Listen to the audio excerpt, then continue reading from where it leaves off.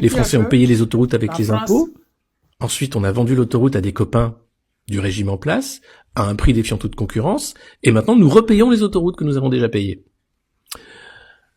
Et les concessionnaires disent « Ah non, le contrat, vous savez, on peut pas le casser. » Bien sûr qu'on peut le casser, le contrat, quand c'est un contrat frauduleux.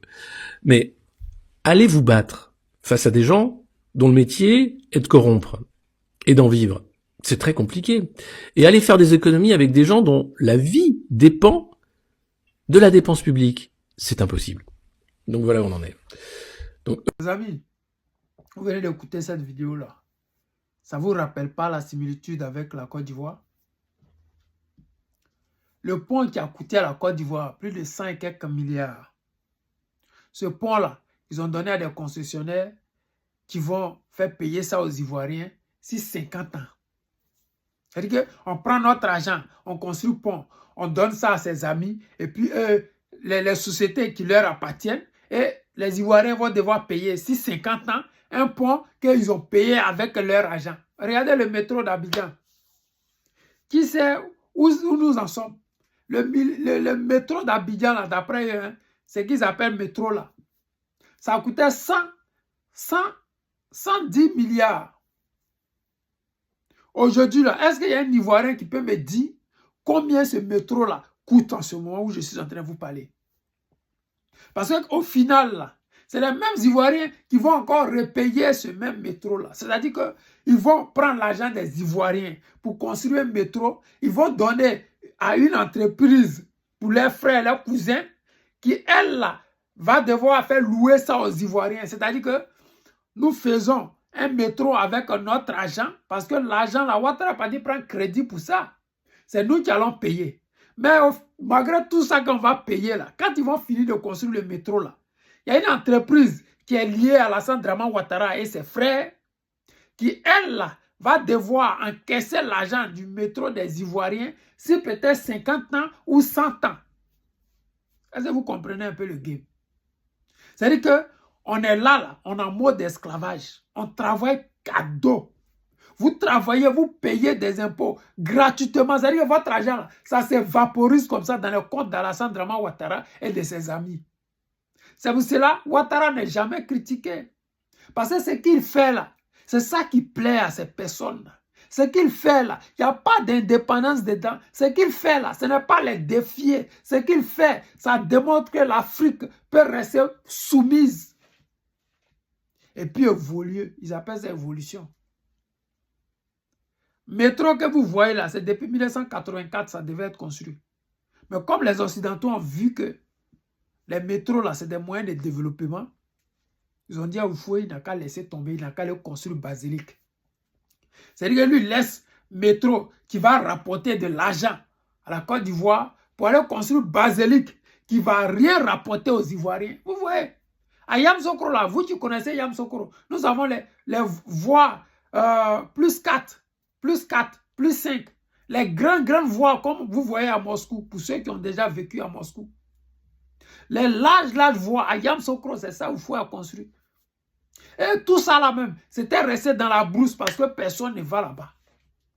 C'est quand le guide président Laurent Gbagbo est arrivé au pouvoir qu'il a commencé les lampadaires qui étaient grillés, il a commencé à remettre peinture sur tout ce qui appartenait aux Ivoiriens, que Oufoué avait pris l'argent des Ivoiriens pour construire. Oufoué a préféré construire plutôt une basilique en lieu et place des métros que Ouattara est en train de construire aujourd'hui là. En 1984. Le premier métro, je ne sais pas, l'un des vieux métros là, c'était construit à Moscou, je ne sais pas, 1856 ou bien, je ne sais pas trop. Et pour nous là, pour qu'on puisse nous construire ça en 84, les Européens ont dit que non, ça là c'est un moyen de développement, vous ne pouvez pas avoir ça. Et ils ont refusé ça. Mais ils ont plutôt encouragé Oufoué à construire la plus grande basilique. Vous voyez la NAC, non? C'est-à-dire qu'il faut être con pour accepter ça. Mais est-ce qu'ils ont le choix? Est-ce qu'ils ont le choix? Mais notre génération, je pense que nous avons le choix. Et ce choix-là, c'est à travers nos actions sur le terrain. Ce choix-là, c'est à travers des leaders charismatiques comme le président Laurent Gbagbo. Des gens qui n'ont peur de rien et qui foncent parce qu'ils savent que derrière eux, il y a moyen. Ils savent que ceux qui sont derrière là, ils ont besoin de souveraineté. Ils savent que ceux qui sont derrière eux là, ils ont besoin de liberté. Ils savent que ceux qui sont derrière eux, notre génération là, nous ne voulons plus être esclaves de qui que ce soit. On ne veut plus travailler pour qui que ce soit. Vous voyez des pays comme l'Inde qui n'était rien avant. Aujourd'hui, l'Inde fait partie des puissances du monde mondial. Mais la Côte d'Ivoire est restée là. Nous avons construit la plus grande mosquée d'Afrique de l'Ouest, la plus grande basilique du monde. Nous avons construit des futilités qui n'ont rien apporté aux Ivoiriens. Nous avons à peu près la même superficie que l'Allemagne. Mais l'Allemagne, tu peux quitter l'Allemagne du nord au sud à travers des chemins de fer. Pourquoi est-ce que la Côte d'Ivoire ne pense pas à ces moyens de développement? Ils ne veulent pas que nous nous développions. Ils veulent que nous soyons toujours dans la merde. Et cette merde-là, c'est fait exprès parce que ceux qu'on met à la tête de notre État, ils n'ont pas d'ambition. Ouattara n'a pas d'ambition. S'il en est, il préfère son bien-être, lui et sa famille, plutôt que le bien-être de tous les Ivoiriens. Pensons à changer ce gouvernement-là. Quand on dort, réfléchissons, demandons-nous comment on va changer ce gouvernement-là. Parce que Ouattara fait du copier-coller de Macron. Ouattara fait les mêmes choses que Macron fait. Mais Macron, lui, prend ça où? C'est les Américains qui lui disent fais ça et puis fais ça. Regardez Maduro. On va dans un pays, on kidnappe le président. Et Macron dit oui, c'est bien pour la démocratie. Ouais. Et ils appellent ça démocratie. C'est-à-dire qu'aujourd'hui, Macron peut aller rendre visite en cours de route là-bas.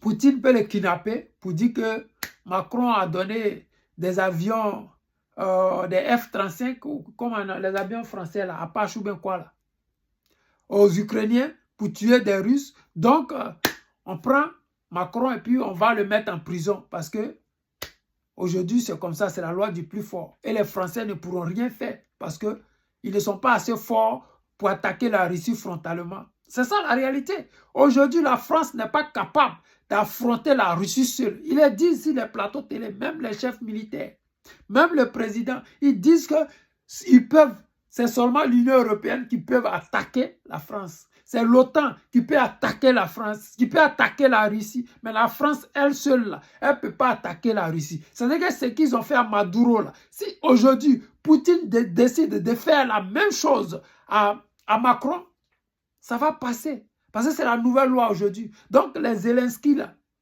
j'espère bien qu'il va se cacher désormais. Parce qu'un matin, il va se réveiller des militaires spéciaux d'une opération spéciale, vont le prendre, vont partir lui à Moscou. Et puis, à faire un daille. Puisqu'aujourd'hui, c'est la nouvelle loi. C'est le nouveau système.